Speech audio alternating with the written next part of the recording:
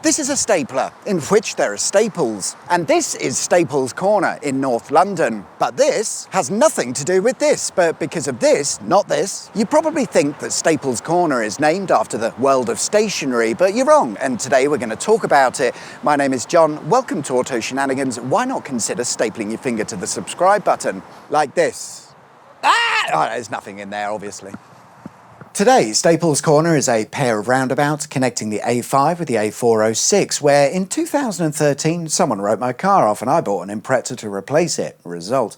It also forms the southern terminus of the M1, but as we will see, the name Staples Corner predates the junction, which was completed in 1975, only 16 years after the M1 first opened. And interestingly, if it wasn't for the M1A1 link opening in 1999, it would have been the final piece of the M1.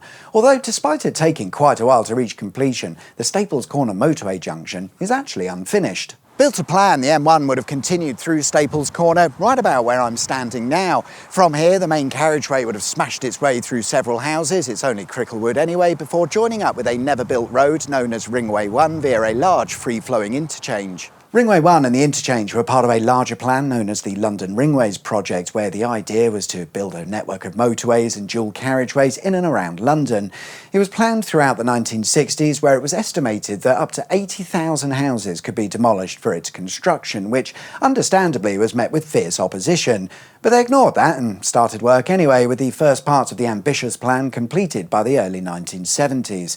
And then there was a change within government and the project was cancelled, resulting in an unfinished road network, which you can learn all about in this video. But as for Staples Corner, work had already started, so it was too late to cancel, whereas the M1's continuation, due for completion later on, was still being worked out, so it was easy to fuck that off. If you keep an eye out when travelling south towards Staples Corner, you might spot a gap in the carriageway that's the perfect size for a motorway. This was built in readiness for the M1 to continue through the junction, but with that all being cancelled, it's sat unused since the 1970s. The roundabout was built around the same time as the larger M1 section of Staples Corner, and together they've gained some notoriety for being a bit of a pain in the arse to get through during peak hours owing to the high volume of traffic. Maybe you've been held up there before, and if so, if it were between 1993 and 2017, whilst waiting, you'd have perhaps been treated to a view of the Staples Office Supplies building found on the smaller roundabout of Staples Corner. There we are then, that's the staple of Staples Corner and the reason everyone calls it that. Case closed. Except you're wrong, the M1 and the Staples store have distracted us from the fact that Hector is going to be running 3 Honda Civics with spoon engines and the true origins of Staples Corner,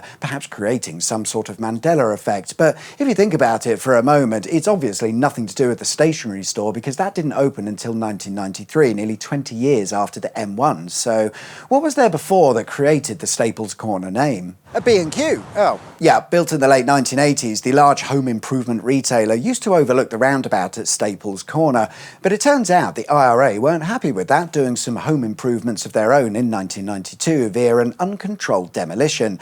And when B&Q didn't bother to rebuild, Staples, the stationery shop, moved into a newly constructed store at a location that coincidentally had the same name.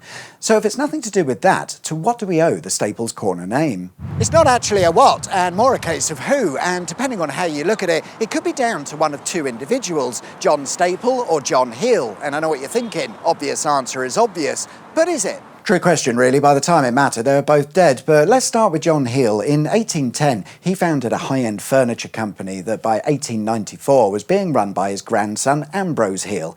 Looking to improve on their designs, Ambrose purchased the UK patent rights from an American inventor for a special type of spring to be used in mattresses or bedding. That inventor was known as John Staple. Ambrose chucked the patent, a corner of his factory and some money at his son Harold and said, "Here you go, start a business making mattresses with these special Staple designed springs." So he did, and he called it Staples & Co., or as the brand was known, Staples. Now, in order for Staples Corner to exist, we do need a corner. Today we've got a roundabout, but if we were to go back to the early 1920s, things would have looked slightly different. In as much as there was still no corner, just a straight road. The corner stuff would come in 1925 when the North Circular Road was completed, creating a crossroads with the previously existing A5. The new road brought with it rapid industrialisation, and with a railway goods yard making up most of Cricklewood, it was the perfect place for new businesses to establish themselves owing to the ease of transportation and large factory or warehouse space that was available. This caught the eye of Harold, who was outgrowing his little factory, so in 1926 he moved Staples & Co. into a huge purpose-built factory on the corner of the A5 and newly built North Circular Road, where it would remain for another 60 years. At this location, today a car dealership, before that Staples, don't let it confuse you, before that a B&Q, and before that it was Staples & Co. that, without John Heel setting up in 1810 and his grandson buying a patent from John Staple to give to his son, would never have existed. And had that been the case, we'd not have Staples Corner and instead B&Q Corner or something shit like that. Interestingly, there was an actual or physical Staples Corner, although it didn't last very long. Sometime in the late 1930s or early 40s saw a row of 5 shops built on the corner of Staples Corner, which utilised a small access road, and this road was officially named Staples Corner. It's long since been lost to redevelopment, but as far as I know, it's the only instance of Staples Corner actually existing as a thing rather than a name taken from a factory and given to a junction. In any case, there would have been a time when I could have stood here at the actual Staples Corner and looked across to see the Staples factory. As we know, the factory became a B&Q, but whatever happened to Staples & Co? Let's take a walk. Amazingly, it's still going. Today, if you want to buy a Staples mattress, you can. In fact, you can walk into the bed shop just behind me, located at Staples Corner, and buy a Staples mattress.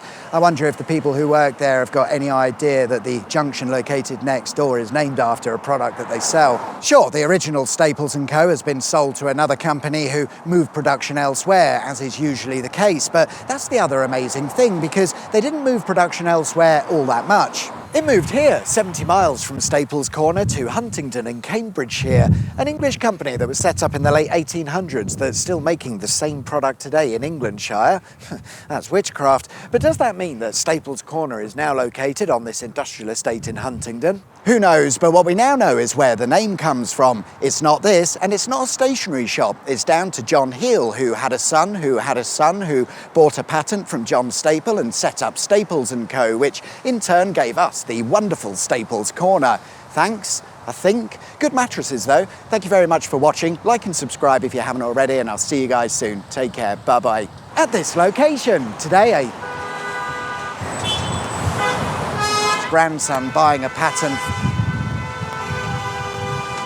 Nom, nom, nom, nom, nom, nom, nom, nom, nom. I know what you're thinking. Obvious answer is obvious. Or is it? I don't know. The timing is perfect.